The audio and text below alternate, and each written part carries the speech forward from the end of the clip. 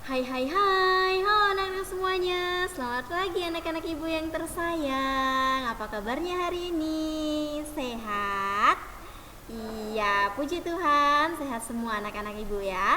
Nah anak-anak, hari ini kita bertemu lagi di pembelajaran tematik tema 4 subtema yang kedua, pembelajaran yang keenam.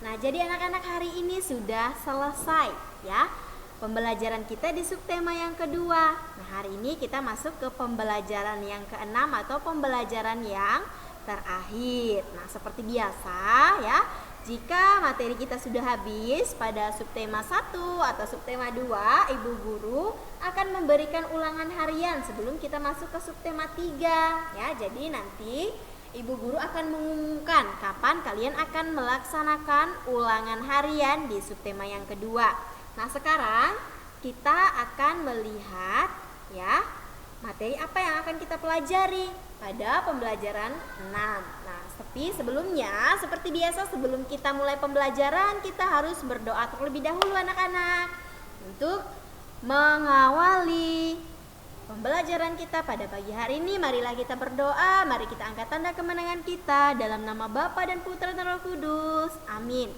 Bapa kami yang ada di surga, dimuliakanlah namamu, datanglah kerajaanmu, jadilah kehendakmu di atas bumi seperti di dalam surga. Berilah kami rezeki pada hari ini dan ampunilah kesalahan kami, seperti kami pun mengampuni yang bersalah pada kami. Dan jangan masukkan kami ke dalam percobaan, tetapi bebaskanlah kami dari yang jahat. Amin. Dalam nama Bapa dan Putra dan Roh Kudus. Amin. Nah, oke anak-anak. Sekarang langsung saja kita masuk ke materi. Nah, materi yang akan kita pelajari hari ini yang pertama itu adalah mata pelajaran bahasa Indonesia, yaitu menilai pesan moral dalam sebuah cerita. Kemudian yang kedua itu adalah PPKN, ya, yaitu nilai yang terkandung dalam sila kedua Pancasila. Nah, sekarang langsung saja kalian buka buku LKS-nya halaman 63. Nah, kita akan belajar tentang menilai pesan moral dalam sebuah cerita. Nah, anak-anak, di sini kita akan belajar bagaimana kita bisa menilai ya pesan moral dalam sebuah cerita. Nah, di sini tentunya pesan yang ingin disampaikan pengarang dalam sebuah cerita itu dinamakan dengan amanat. Ya. Jadi, setiap kali pengarang menampilkan cerita yang ia buat, tentu akan ia sertai dengan yang namanya amanat atau yang namanya pesan. Ya. Nah, tentu di sini pengarang selalu memberikan pesan, memberikan amanat ya dalam setiap cerita yang ia tuangkan atau setiap cerita yang ia tampilkan. Ya, agar di situ kita bisa tahu ya pesan apa yang terdapat dalam cerita tersebut, amanat apa, kemudian apa gunanya untuk kita, ya, seperti itu. Nah, kemudian pesan dalam sebuah cerita itu juga mencerminkan pandangan hidup seorang pengarang.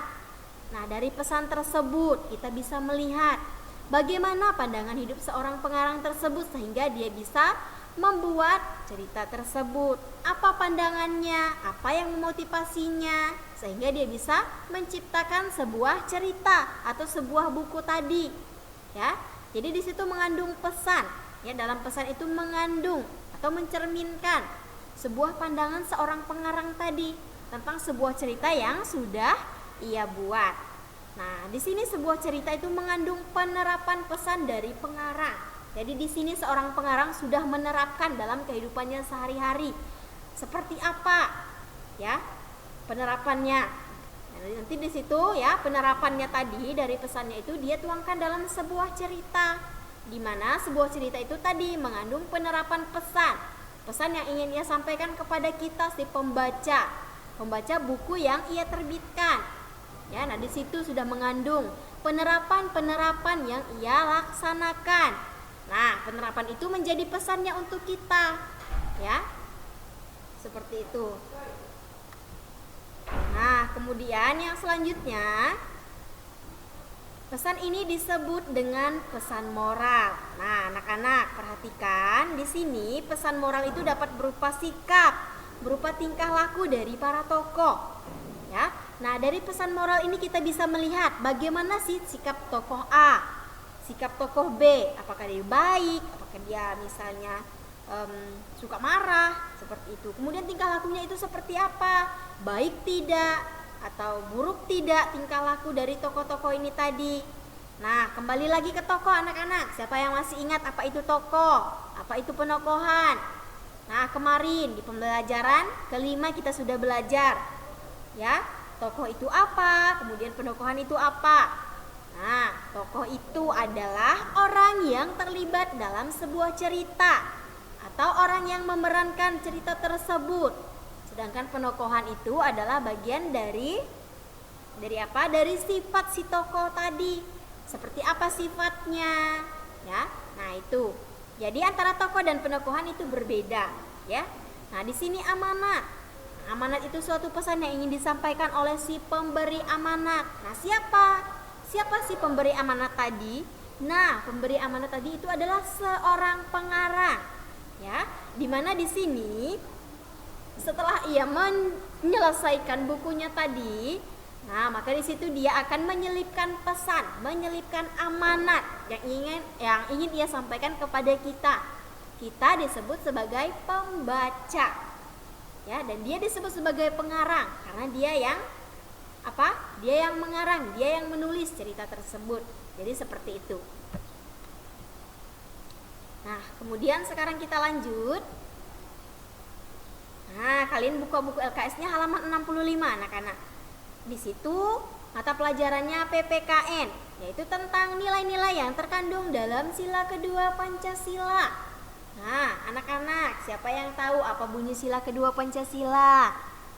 Iya, betul sekali. Ya, sila kedua Pancasila itu berbunyi kemanusiaan yang adil dan beradab. Ya, jadi di sini kita harus menjadi manusia yang adil, manusia yang beradab, manusia yang tahu apa itu keadilan. Kemudian bagaimana cara kita beradab dengan orang lain. Ya. Nah, contohnya misalnya kalau kita berbuat adil di lingkungan masyarakat, kita menolong tetangga kita yang sedang kesusahan, ya, tanpa melihat oh dia suku ini, oh dia agama ini, oh dia kulitnya seperti ini, misalnya oh rambutnya keriting, tidak sama dengan saya, rambutnya lurus, tidak perlu saya menolong dia karena dia bukan suku saya. Nah, karena dia bukan agamanya tidak sama dengan saya, tidak boleh seperti itu, anak-anak.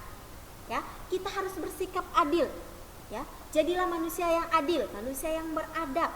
Ya, manusia yang tahu aturan. Nah, seperti itu, ya. Kita menolong tidak boleh melihat orang itu dari sisi lainnya, ya, tetapi semuanya itu sama, ya.